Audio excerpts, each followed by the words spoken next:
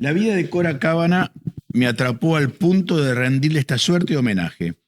En plena depresión económica, en una sociedad en la que los desarrollos inmobiliarios eran dirigidos solo por hombres de negocios o importantes compañías comerciales, esta emprendedora y coleccionista mundana condujo su propio proyecto cuando ninguna mujer de su clase y posición se hubiera animado siquiera a soñarlo.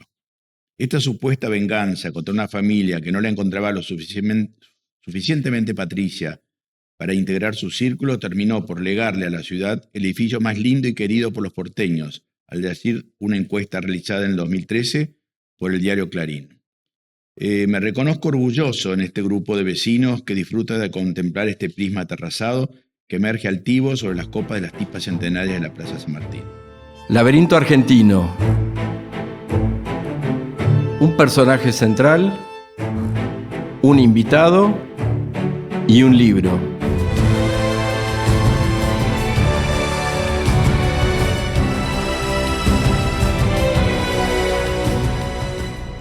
Bueno, hemos escuchado recién la voz de nuestro invitado de hoy, el arquitecto Marcelo Nogués, un fragmento de su libro extraordinario y una gran belleza que es Cora Cábana y su edificio. Un libro que es más que un libro, pero es un trabajo biográfico de un edificio y de su sponsor, digamos, que es una mujer del cual vamos a hablar hoy, que se llamó Corina Cábana, y que se ha convertido en un símbolo. El edificio Cábana es sin ninguna duda un elemento brillante de nuestra ciudad, aún al día de hoy, aún después de Puerto Madero y de Catalinas, por una razón medio mística, o ya hablaremos hoy, sigue brillando el edificio Cábana. Entonces, déjenme presentarles a Marcelo. Marcelo es un arquitecto, una persona que tiene un enorme compromiso con la difusión y es un investigador de nuestro patrimonio arquitectónico. Es un enamorado de la arquitectura. He visto la colección de libros de arquitectura que tiene en su estudio y les cuento que es absolutamente increíble y maravillosa. Es también director por arquitectura en el Fondo Nacional de las Artes, así que qué placer tenerte hoy, Marcelo, acá para conversar sobre el Cábana. Bueno, Paul, gracias por invitarme y bueno, acá me tienen para contarles un poco, si quieren, algo más de lo que está en el libro sobre esta mujer de una vida bastante atípica y fascinante, Corina, conocida por Cora, porque Corina yo creo que era su nombre de bautismo. Yo no he visto ninguna publicación, ni de diarios, ni mismo cuando se hizo la venta de su colección en la Casa Naón de Remates, el catálogo, la tapa decía Cora Cábana. Así que indudablemente Cora no era solamente su sobrenombre, era más bien su diminutivo de nombre, ¿no? Ella firmaba Cora Cábana. Era su nombre, sí, sin duda. El edificio se construye, creo, en el año 1936, en un momento de la Argentina que sabemos es un momento de gran dinamismo. Pero yo me quería remontar un poquito para atrás, a la década del 20, digamos, y contanos cómo era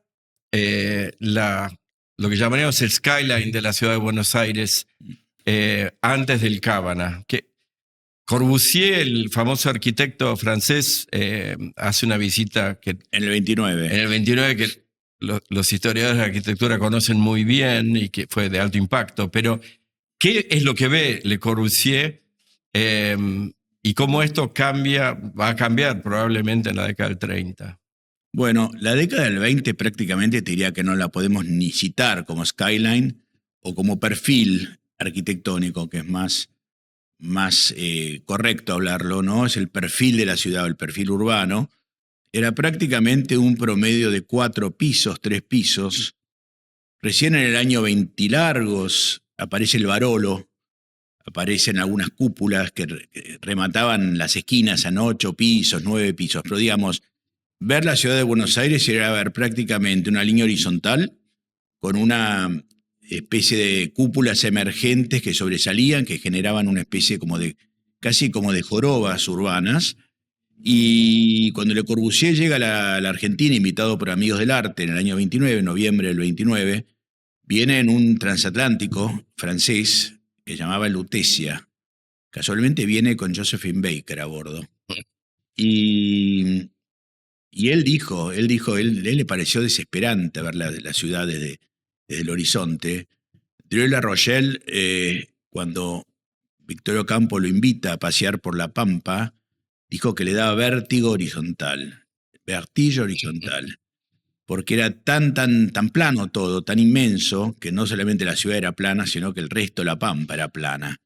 Ese vértigo horizontal de Drew, indudablemente, también se transcribía en las ciudades de toda la República Argentina, porque los primeros rascacielos en el resto de las ciudades importantes de la República Argentina, por ejemplo el Minete en Rosario u otros, aparecen recién en la década del 30. La década del 30 es una década bastante bisagra en la arquitectura, porque bueno, está este gobierno después del golpe de Uriburu en el 30, la revolución del 30, estos gobiernos que vinieron conservadores, que duraron casi toda la década del 40, en realidad toda la década del 30, hasta entrado a los 40, eran gobiernos de bastante progresismo arquitectónico, digamos, una de las grandes emblemas o los grandes logos que tenía el gobierno de Justo era esta obra pública, ¿no? En esta obra pública se plegó una cantidad de obra arquitectónica privada.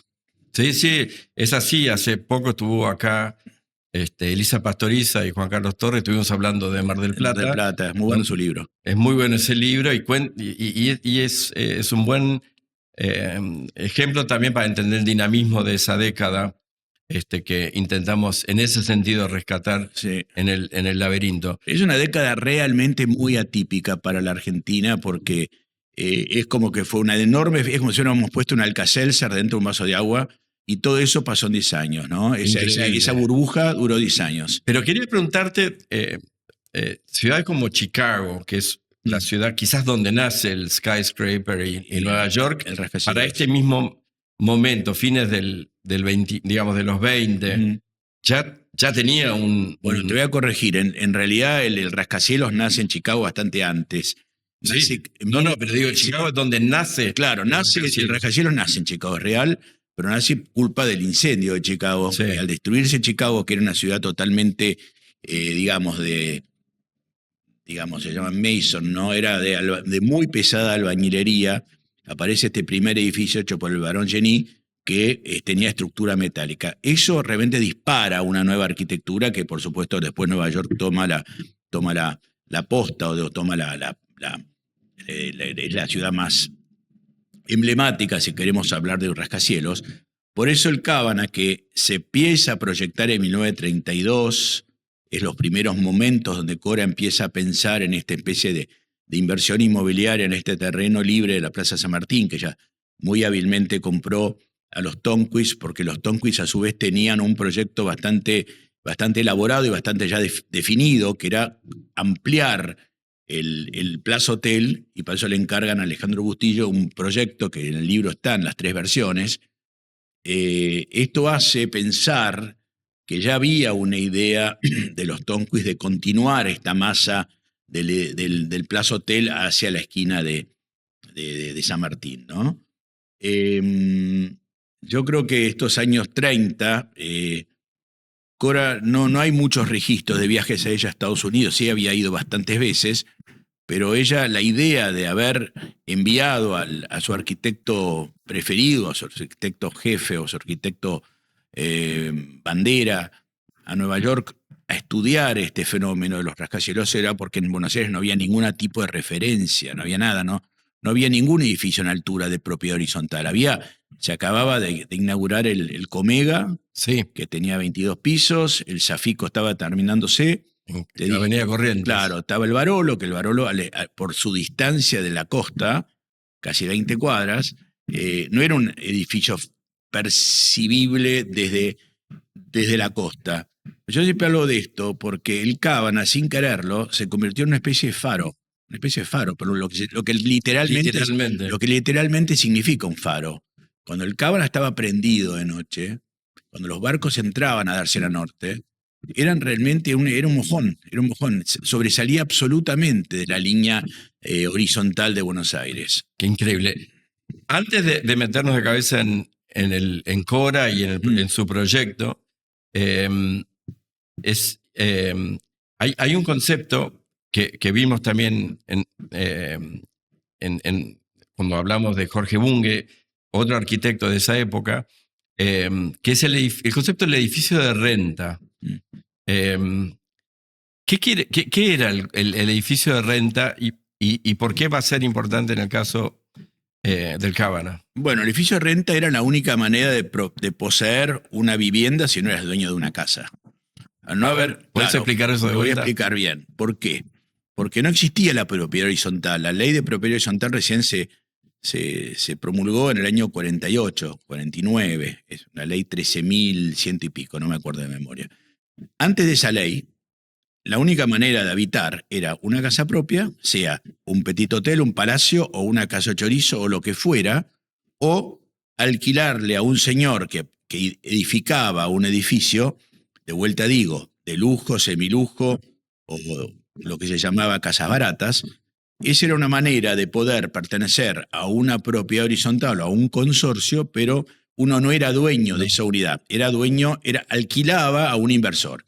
¿Por qué nace esto? Bueno, esto no es ninguna novedad. En Europa era muy común. En París, los edificios se llamaba edificios de rapport, inmuebles de rapport, eran inmuebles de renta. Era muy, muy rentable o daba muy buena renta edificar un edificio de X cantidad de pisos o X cantidad de unidades. Después podemos hablar de los distintos estratos de arquitectura. Claro. Podía ser una arquitectura de lujo, como pudo haber sido el Estrugamú o el Palacio Saint, o puede haber sido un edificio como lo hizo Calnay en Defensa-y-Garay, que estaba apuntado a otro perfil, digamos, social, pero que también era un enorme negocio, porque obviamente si uno alquilaba el Palacio Saint o alquilaba en el Estrugamú, cualquiera de estos edificios de renta que había fabulosos en Buenos Aires, estaban enfocados a un segmento social o a un segmento económico. Lo que hizo brillante Cora Cábana es que ella había hecho ya 2 ensayos, no ella particularmente, pero había mandado a su hermano para que le hiciera un poco digamos, como de punta de lanza. Entonces, Cora invierte, Diego Garrett. Claro, Diego Garrett Cábana, su hermano, y administrador y consejero y todo. Y es muy interesante este personaje, Diego Garrett Cábana, porque era no solamente su hermano directo, sino que era su gran asesor. Y cuando Diego Garrett muere en el 39 o el 38, a Cora se le acaba ese hombre de confianza que le permitía viajar o vivir en Europa o pasar una larga temporada en París, cuando su hermano le administraba toda esta inmensa inversión, este inmenso gasto de hacer el Cábana. Pero bueno, volvemos al primer edificio que Cora encara con el estudio Sachs. Primero, ¿quién era Cora Cábana? Cora Cábana era primera generación de padres irlandeses. Ustedes saben que la inmigración irlandesa tuvo 2 periodos. Un primer periodo en el siglo XVIII, pero después tuvo una enorme afluencia de irlandeses que llegan a la Argentina con la famosa famine o la famosa hambruna de la papa. Se instalan en la provincia de Buenos Aires, eran muy buenos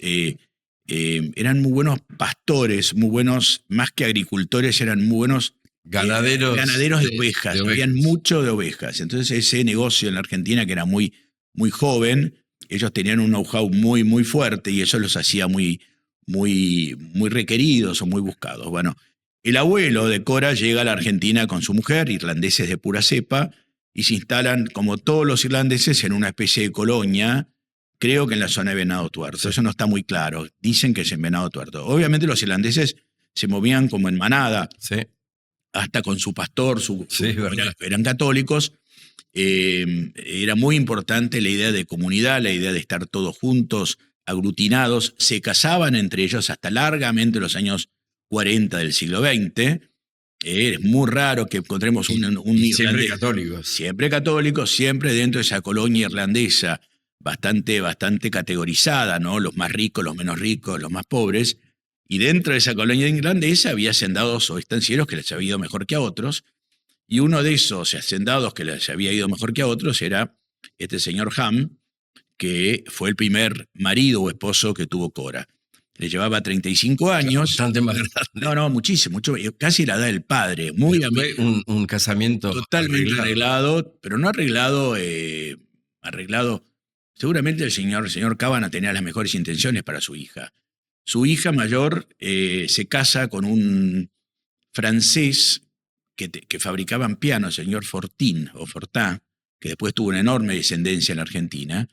Y esta hermana Maruja se casa en París y Cora va a la boda de su hermana. Estaban toda la familia en Inglaterra. Ya en ese momento el señor Cábana tenía una situación bastante muy holgada, cómoda. No era un multimillonario, un gran estanciero, pero un tipo que había desarrollado muy bien sus conocimientos ganaderos y tenía una cantidad de X de hectáreas. Se había educado a su hija en un buen colegio, había, bueno, con profesores particulares como se estilaba en esa época. Pensemos que nació en 1890, ¿no? Es totalmente contemporánea de Victorio Campo.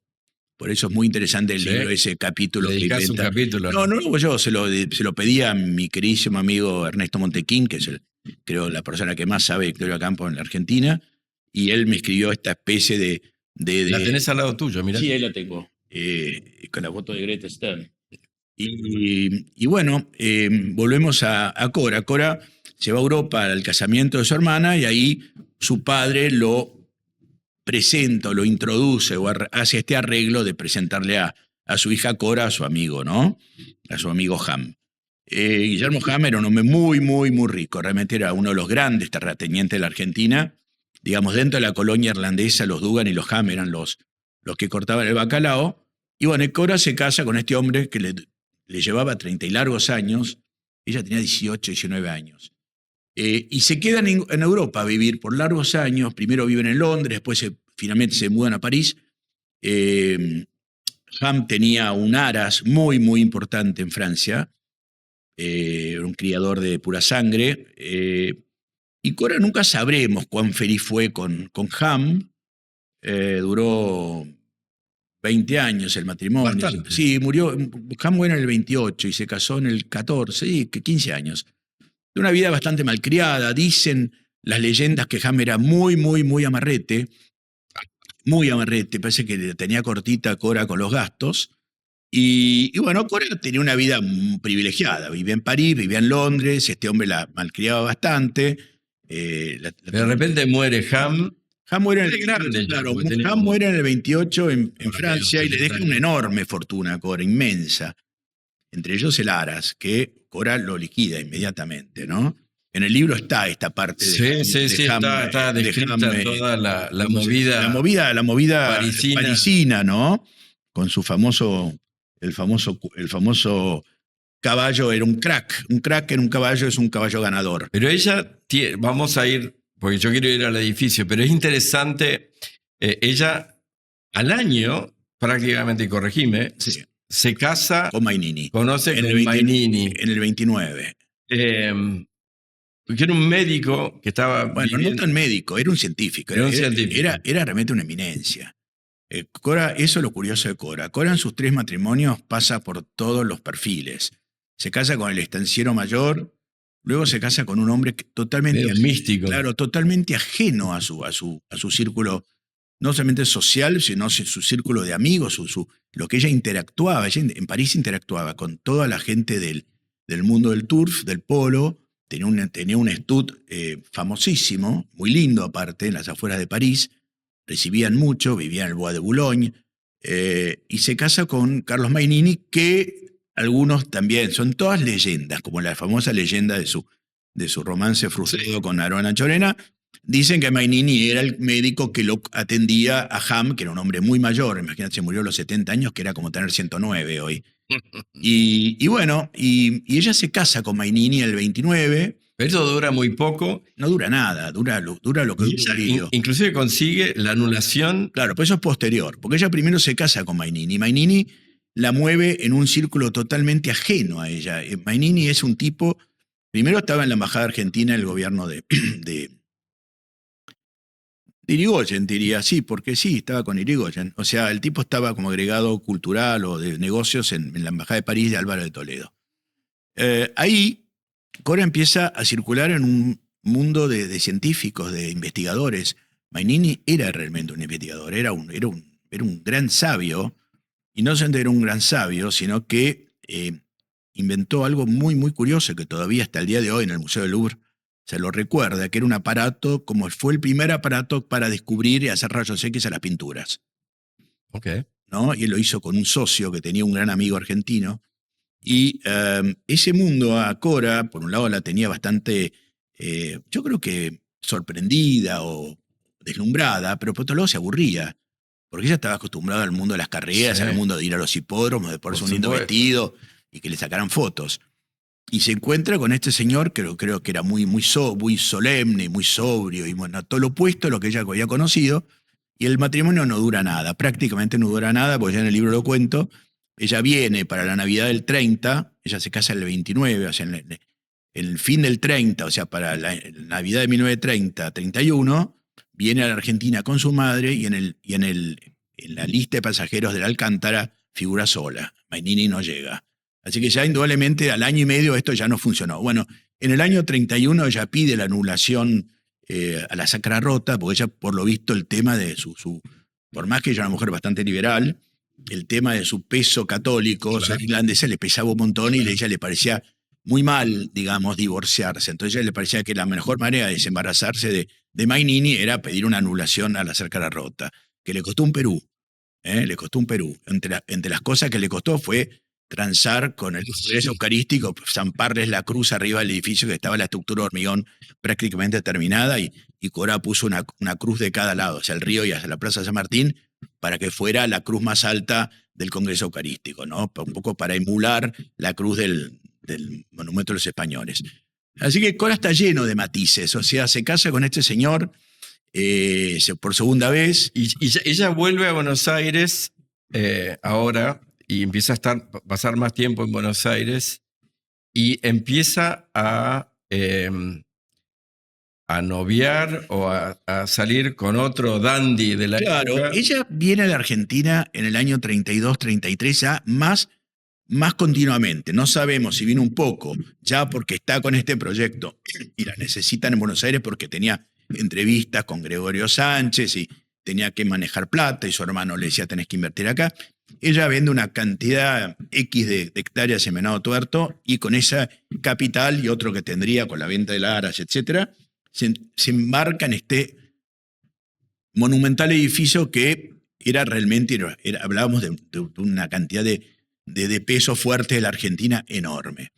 En ese viaje que ella traiciona a la Royal Mail Line y se viene en el Atlantique, que era el barco más extraordinario que había navegado por el río de la Plata, era un barco que se hizo como prueba para luego más tarde Normandía, Cora se lanza a la Argentina a ver su edificio, a arreglar cuentas, y llega a la Argentina y ella había tenido en París ese verano francés un acercamiento con Aarón Anchorena, que ella estaba medio comprometido con Selmira Paz, la dueña del diario La Prensa. El romance no duró nada, duró lo que duró un invierno en Buenos Aires, fueron a Rosero de la Frontera, sí, y esta señora llamada la Dama Duende, Mercedes Moreno, no se podía divertir más que seguirle los rastros a este romance. O sea que el romance fue bastante publicitado, pero Cora era una mujer en la espera de una anulación matrimonial y Aarón era soltero. El problema es que Aarón estaba quebrado, estaba realmente quebrado. Se le había gastado todo. No, la crisis del 30 lo sacudió fuerte y él había vivido muy por arriba de las rentas que podía tener de uno de los tantos miles de hijos que había tenido Mercedes Castellanos. Entonces, lo que dicen la familia, los del otro lado, los Gainza, es que Aarón estaba buscando un salvavidas para salvar su fortuna. Tenía la barra de San Juan hipotecada, quería seguir viviendo en París y no podía. Digamos, todas esas aventuras del pampero, todo eso costaban fortunas. Es como hoy comprarte es como ser Elon Musk y comprarte un coso para ir a la luna. Era un delirio cósmico tener un globo aerostático en 1904 en la Argentina. Y mencionaste rápidamente a Mercedes Anchorena. Mercedes Castellano de Anchorena. Mercedes Castellano de Anchorena.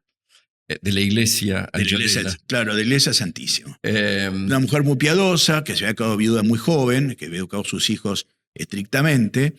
Y Aarón era uno de sus preferidos. Y bueno, la leyenda divertida, que yo no hago otra cosa que apoyarla y continuar que siga, porque creo que le hace mucho bien al edificio. Si no hubiera sido por la leyenda, yo no sé si yo hubiera escrito el libro, si el edificio tendría la fama urbana que tiene, porque esta leyenda lo alimenta, ¿Cuál es la leyenda? Bueno, la leyenda es lo que se dice en Buenos Aires como leyenda urbana. Yo te digo, Paul, todas las ciudades tienen que tener una leyenda urbana. Claro. 1, 2 o 5. Una ciudad sin leyenda es una ciudad que no tiene vida. Y esta es una de las tantas que tiene Buenos Aires. Tiene otras, pero esta, digamos, es una de las más jugosas. ¿Por qué? Porque tiene unos componentes totalmente novelescos, cinematográficos, de telenovela de la tarde. Hombre rico, soltero, con mamá aristocrática, llena de plata y muy piadosa. El hijo se le enamora de una chica bonita, rica, pero no patricia. En ese momento ser patricio, pertenecer al patriciado argentino tenía un enorme significado, además si te llamabas Anchorena. Entonces todo esto hace creer de que Cora Cábana manda edificar este edificio para taparle a su supuesta suegra o hipotética suegra la vista desde su dormitorio a la basílica. Pero no contaste la basílica. Ella construye esta basílica preciosa. En 1910, o sea, antes de la Primera Guerra. La señora Anchorena se muere en 1920. Claro. Nunca pudo recibir la venganza, ni enterarse, ni sufrirla, ni padecerla. Se murió mirando su iglesia. Hay un tema de tiempos que no coincide. Hay un tema cronológico que obviamente eso destruye la leyenda. ¿Que hubo un romance? Sí, hubo un romance, pero el romance fue en el año 33. Sí. Después del intento fallido de Bustillo de hacer un edificio de 12 pisos que hubiera tapado indefectiblemente a los Tonquis. Claro, le compra o sea, Bustillo le hace este proyecto a los Tonquis, que los Tonquis deciden no realizarlo en 1931. Sí. Y dejan el terreno a la venta y Cora, bien asesorada por su hermano, compran el terreno. Pero la verdad de la leyenda, la verdad es que Cora, despechada, Aarón se casa finalmente con Selmira Paz en París en el 33, en agosto del 33. Cora ya prácticamente había dado todos los acopios para hacer su edificio. Claro. O sea, no es que lo hizo, ya se había embarcado en esta aventura. No había forma de vengarse a Aarón. De hecho, ella proyectó esto estando con Aarón de novia. Así que también otra contradicción, bueno, le voy a molestar a mi novio. Pero el cuento es que cuando finalmente Aarón y Selmira Paz se mudan del Palacio Paz, del Círculo Militar, al Palacio Anchorena, que viven nada más que 6 meses, porque en el 36 se vende, Cora le hizo un grupo de amigas. Estos dos desgraciados no van a poder ver más la iglesia que hizo la mamita, porque yo con mi edificio se los voy a tapar. Pero se vengó más de Aarón y de Selmira que la pobre señora Castellanos, sí, que estaba en la tumba hace 15.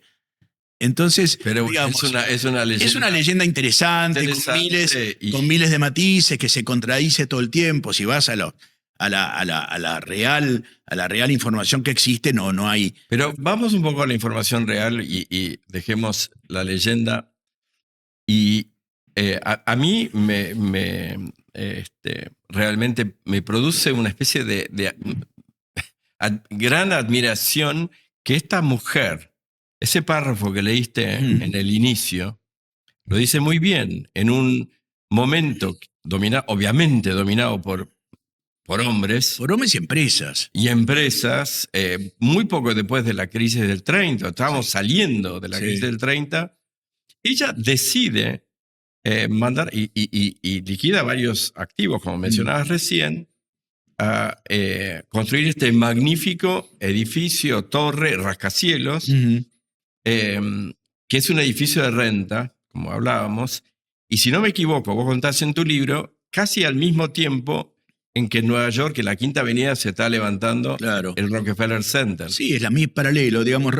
Que es un edificio pensado completamente al revés, para oficinas comerciales. La arquitectura residencial americana de Nueva York no eran rascacielos, eran pocos. Los rascacielos se pensaban más que nada como edificios corporativos para las grandes empresas, Chrysler, Rockefeller, el Channing Building, etc. Después estaban los hoteles, que eran también rascacielos, pero era un Art Deco bastante más barroco. El Art Deco americano es bastante más elaborado, más ornamentado que el Art Deco francés. Esto tiene un Art Deco bastante racional. Sánchez Lago de la Torre ahí hacen una cosa bastante mágica, que es tomar de la... ¿Podés contar rápidamente quiénes eran Sánchez Lago de la Torre? Bueno, yo hay un capítulo del libro que se me ocurrió una noche, que lo bauticé Los Tres Tríos, que es un juego de palabras. Los tres tríos eran los tres estudios, que eran, a su vez, curiosamente eran tres personas por equipo o por estudio, que eran Sánchez Lago de la Torre, los autores del Cábana, Calvo, Jacobs y Jiménez, otro estudio trío muy, muy, muy emblemático, y Acevedo, Baicú y Moreno. Estos tres tríos, o estos 9 arquitectos, se disputaban, si querés, en cierta manera, gran parte de la producción arquitectónica de esa década. Sánchez Lagos había empezado un poco antes, había empezado en la década del 20, mediados del 20 ya tenían bastante trabajo. Calvo, Jacobs y Jiménez tienen su gran momento de despegue o de fama cuando ganan el concurso del Golf Club de Mar del Plata. Y Acevedo, Baicú, Moreno eran 3 señores, amigos de la facultad, también todos son de la misma generación, año más, año menos, todos se reciben entre 1920, 22, 18, digamos, es una generación bastante contemporánea, correligionaria. De estos 3 estudios, Sánchez Lago de la Torre, te diría, a mi gusto, son los que tuvieron una actuación más polifacética. Muchos arquitectos más intelectuales, como Alejandro Virasoro u otros, los despreciaban o los menospreciaban o los descalificaban, si querés la palabra, a Sánchez Lagos. Pues Sánchez Lagos de la Torre se consideraban unos mercenarios arquitectónicos para el resto de los arquitectos. Vos les pedías mudéjar, te hacían una mezquita. Les pedías Tudor, lo hacían impecable.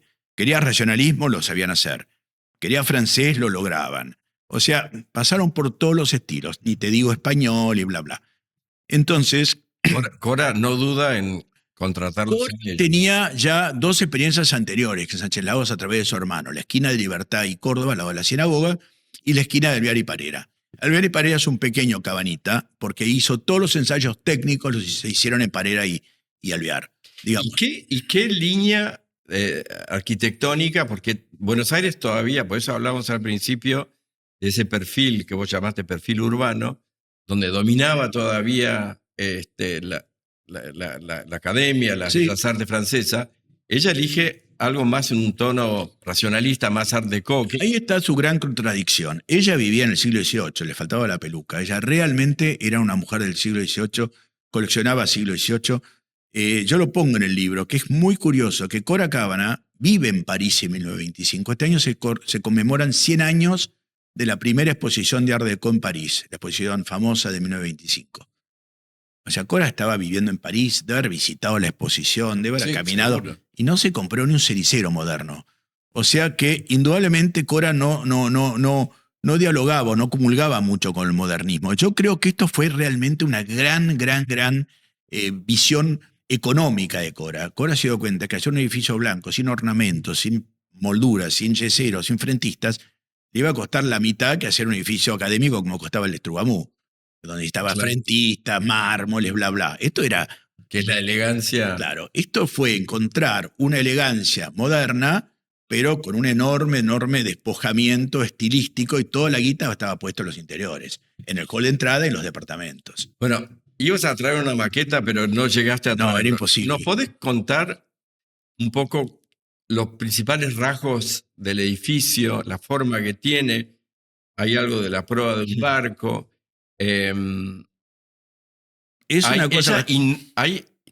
vamos a decir el estudio sí. y la empresa constructora, que también es importante mencionarla, pero es innovadora en muchos aspectos. ¿Podés contar un poco de...? Yo te voy a contar, hay una enorme discrepancia, una enorme controversia entre el estilo del Cábana.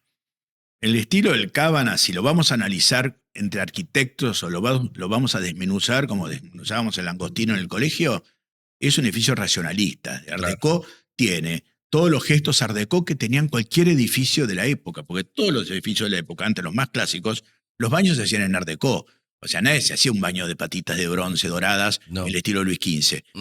Si vos hacías un edificio moderno, o edificio clásico, edificio académico, el modernismo o el Art Deco, que está muy ligado a lo que era el concepto de vanguardia o de modernidad, estaba aplicado en las cocinas, en los baños, en los sistemas de ventilación, en todo lo que fuera tecnológico. Tenemos una enorme discrepancia entre mis colegas o los que nos dedicamos a esto en decir si el Cábana es Art Deco o es racionalista. Es un híbrido, como dice mi colega Fabio Grementieri. El hecho de que sea escalonado lo lleva o lo traslada a esta idea de Art Deco, de la idea del zigurat, la idea del edificio aterrazado, que eso viene absolutamente de la arquitectura norteamericana. Sí. Esa idea de que el edificio se va como escalonando hasta llegar a una esbeltez, esa idea de pirámide. Si estudiamos el coronamiento del Cábana, esa especie de hoy en día ya no es pizarra, pero esa especie de mansarda, también hay un juego bastante curioso, bastante pícaro de meter una idea de mansarda moderna en un edificio clásico, o si querés un edificio simétrico, porque el Cábana es absolutamente simétrico, en todo sentido, desde todo lado que lo mires. Hasta la planta es simétrica, la proa tiene 2 ejes, o sea que ahí te das cuenta que la impronta que tenía el estudio Sánchez Lago de la Torre, haberse educado en la Academia de Bellas Artes, en la École des Beaux-Arts como arquitectos, los condicionaba muchísimo. O sea que podemos decir que el Cábana es un edificio académico con una fachada racionalista, con una planta académica y con gestos Art Deco. O sea, es un absoluto híbrido. Pero está bien en ponerlo en el Art Deco. La estructura es de hierro. No, la estructura es de hormigón. Fue el edificio más alto de Sudamérica hecho en hormigón. Eso es su gran estandarte. El hecho de que esté construido en hormigón, a esa altura, a esa velocidad, lo hizo narrar Avis en el historial arquitectónico de la década, y ni te digo, pasaron los años y siguió siendo por muchos años un edificio muy curioso. Y se convierte en un rascacielos. Es un rascacielos por el hecho de estar aislado, ¿no? Por el hecho de pertenecer a una manzana. Eso también lo existe. No es el primero, pero sí es. No, el primero no es, pero es. Pero se convierte en rascacielos, corregime, pero en el rascacielos más alto. No, se convierte en el símbolo del modernismo del rascacielos, porque te vuelvo a decir, el Comega y el Zafico, que el Zafico también es una pirámide truncada, una pirámide escalonada. Sí. Es un edificio metido en un tejido urbano totalmente diferente, en la avenida Corrientes, que se estaba ensanchando justo ese año. Era un edificio mezcla entre oficinas y departamentos. El Zafico era absolutamente, estaba inmerso en el tejido urbano. Lo mismo el Comega era un edificio para oficinas. O sea, ¿qué hizo Cora? El gran acierto de Cora fue el proyecto, más que el proyecto, la idea de a quién se lo voy a alquilar. ¿Quién es mi comitente? ¿Quién es mi cliente, no mi comitente? ¿Quiénes van a ser mis clientes? Hizo 11 plantas diferentes, o sea, hizo 11 modelos de departamentos de 300 y tantos metros que conociste el otro día, con un plano absolutamente académico que estaba enfocado a las familias que después del 30 tenían que vender sus petit hotel y qué sé yo, que estaban buscando mudarse a un lugar de categoría, pero sin perder esa idea de la casa privada, por eso el famoso cuento del paliar privado. Hasta tenía departamentos de un dormitorio el Cábana, donde ella terminó y murió. O sea, hizo un abanico de tipologías de departamento muy interesante, porque ella pensó en la familia venida menos, en el matrimonio que necesitaba un pied-à-terre porque vivían en el campo y quieren tener algo de lujo en Buenos Aires. Claro. El matrimonio recién casado que los padres le regalan o le alquilan el departamento y quieren que viva bien la nena y el nene, pero no da para la casa. O sea, la visión que tuvo Cora o los arquitectos de hacer esa especie de popurrí de tipologías de departamentos, si querés, de tipologías de desarrollo de departamento, eso creo que lo hizo único. Y lo hace, Marcelo, en un momento en el cual la ciudad de Buenos Aires se está transformando, la construcción del El país se transformaba. país se estaba Vos transformando. pensás en la provincia de Buenos Aires solamente, la gobernación de Manuel Fresco, Claro, transforma la provincia de Buenos Aires, llega la Ruta 2 llega a Mar del Plata, llegaba a Dolores. como hablábamos recién. O sea, El obelisco. qué década. El obelisco se construye en el 36, creo. No, qué década, digo yo, desde una manera romántica, del lado visto como un historiador, pero arquitectónico. O sea, yo me muevo a otro lado de mi visión, Pero por supuesto. de mi visión de historiador, digo, qué década de miércoles, porque fue una década tremenda, sabemos la corrupción que existió, etcétera, etcétera. No nos olvidemos del asesinato de Bordaberry. Digamos, una década muy corrupta, pero de enorme hacer.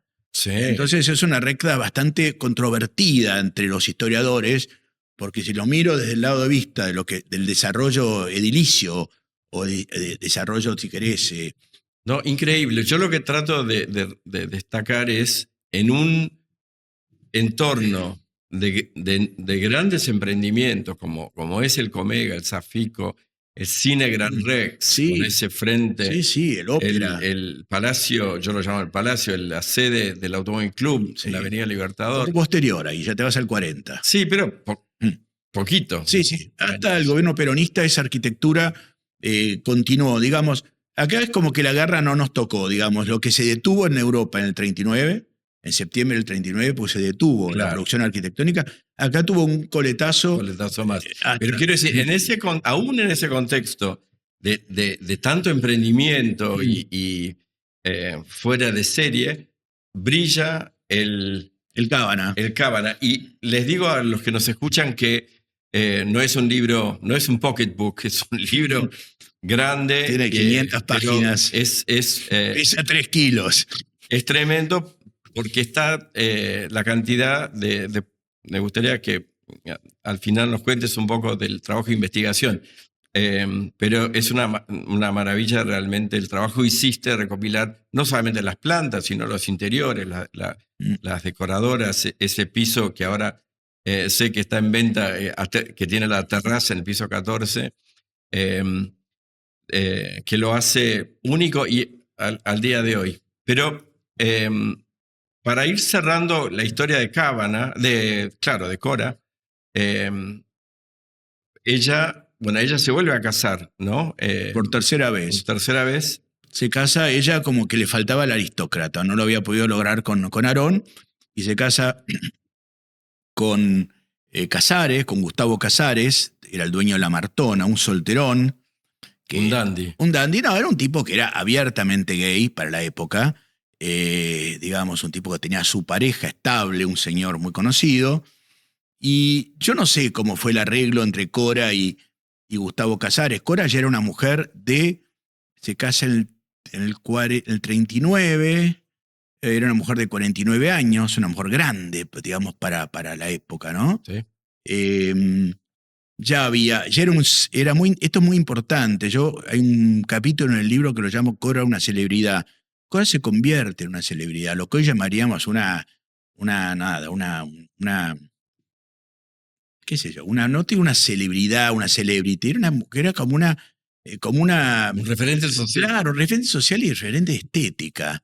Una mujer que venía de un mundo totalmente agropecuario, una nieta de 2 paisanos criadores de ovejas, ya se convierte en un referente de estética, un referente de moda, un referente de buen gusto. Su colección de antigüedades y de cuadros era muy importante y muy buscada.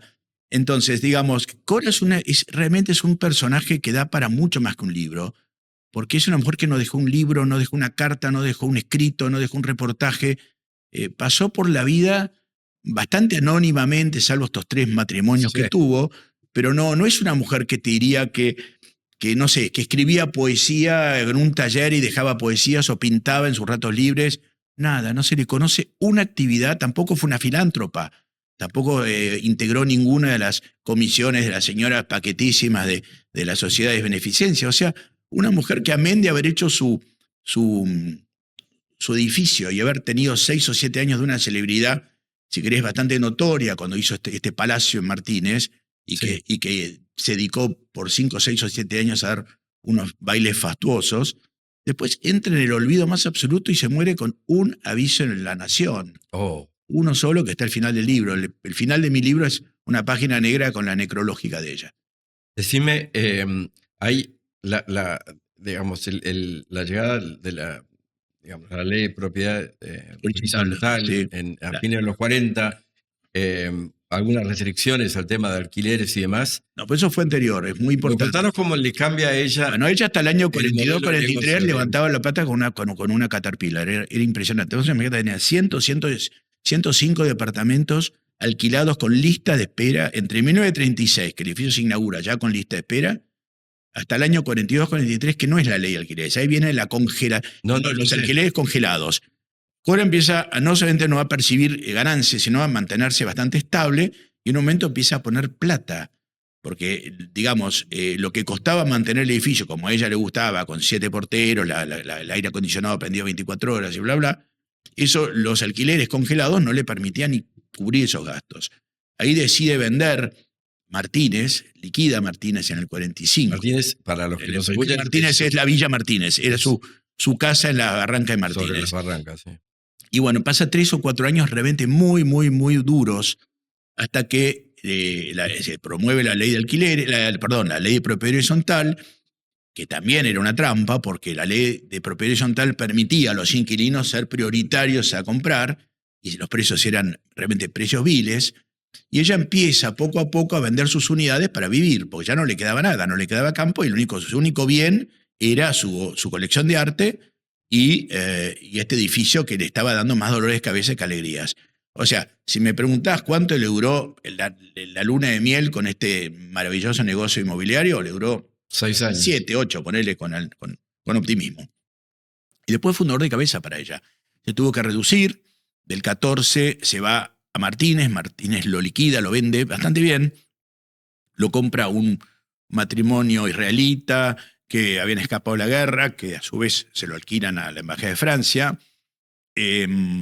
Ella con esa plata tapa deudas, trata de vivir a la manera que estaba acostumbrada, con su viaje anual o bianual a Europa, nunca bajó su tren de vida y tuvo que hacer una gran venta de su colección porque del hecho de mudarse de Martínez al piso 10, que era un departamento de 240 metros, 220 metros, imagínate, venía de 1000 o 1200, se muda a 250. Así que hace una enorme venta en Naón que hace buenos precios y por atrás vende en Sotheby's Londres en el 52 el resto de su gran colección, lo bueno, digamos, lo bueno. Y ahí se acabó No tuvo hijos. No tuvo hijos, no tuvo descendencia. Por supuesto, el matrimonio con Casares le duró lo que duró un lirio. Y bueno, y ahí pasa el opaco. O sea que la famosa frase de los americanos, tanto tienes, tanto vales, en la pobre Cora se confirmó, ¿no? Se le acabó el edificio. Ahora nos deja un legado fantástico. Nos deja un hito de la ciudad de Buenos Aires. Un hito, un ícono. Sí, un ícono. Un ícono urbano. Un emblema de la ciudad. Vamos a ir cerrando, Marcelo. Y nos gusta siempre con Jaime, que hoy no pudo estar acá, le hubiera encantado estar. Pero es importante para nosotros en esta búsqueda de las cosas que nos han generado divisiones entre los argentinos, o por el contrario, cosas que Mar del Plata para nosotros fue una cosa que hizo converger a los argentinos.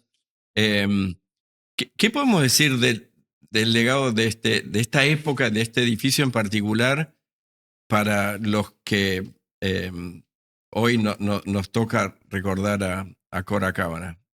Yo creo que Cora Cábana, ella conscientemente nunca supo bien cómo iba a terminar esta historia. Ella tuvo, te repito, de vuelta 8 o 9 años de gran celebridad, porque era la dueña de este.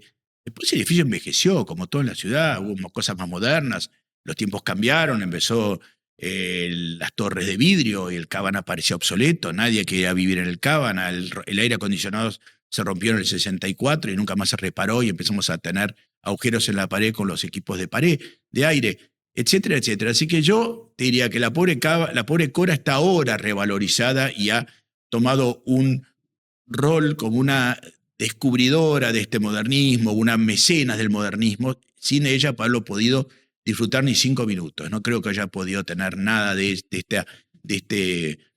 esta celebridad que hoy le toca. Sí, y yo creo, y agrego, que hoy tiene un café con su nombre. Tiene un café muy lindo que se llama Cora. Sí, o sea que no Cora un con C y Cábana con K. Y dos iniciales controvertidas. Dos iniciales controvertidas, es verdad, también lo vi. Pero yo te felicito, Marcelo, y lo digo de corazón. Yo el libro lo compré, ni siquiera te conocía. O sea, lo vi, me impactó mucho, lo compré, lo tengo y se lo recomiendo a todos. No sé si ese libro se puede conseguir hoy. Hoy está agotado, pero bueno, estamos viendo la posibilidad de volverlo a editar. Estás haciendo un trabajo fantástico, sos un custodio de nuestra historia arquitectónica, me consta. Ha sido un placer tenerte en este programa. Te agradezco, Pablo, fue muy lindo. Tomamos un café para preparar esto y la verdad que fluyó enseguida nuestra afinidad por la historia y por el pasado, ¿no? Un pasado que hay que recordar, evaluar, juzgar, no idealizar, ¿no? No todo es tan lindo ni tan feo. Ni tan banal. Ni tan banal. Y bueno, después los años ponen las cosas en su lugar y las acomodan y las ponen en su verdadera postura, ¿no?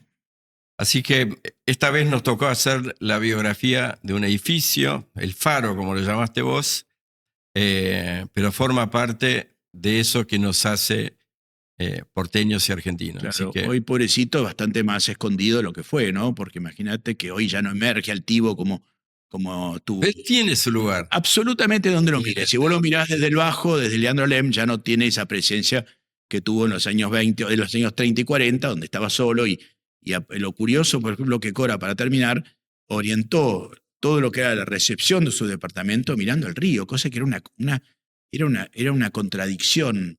Todo el mundo miraba al norte y miraba a la plaza, no mirás a techos de galpones. Y ella, sin embargo, su salón miraba al río. Se ve que tenía una fascinación con el río, cosa que no sucedía, ¿no? Ahí creo que medio se alineó con Le Corbusier. Muchas gracias, Marcelo. Al contrario, Paul, un placer. Laberinto argentino. Un personaje central, un invitado y un libro.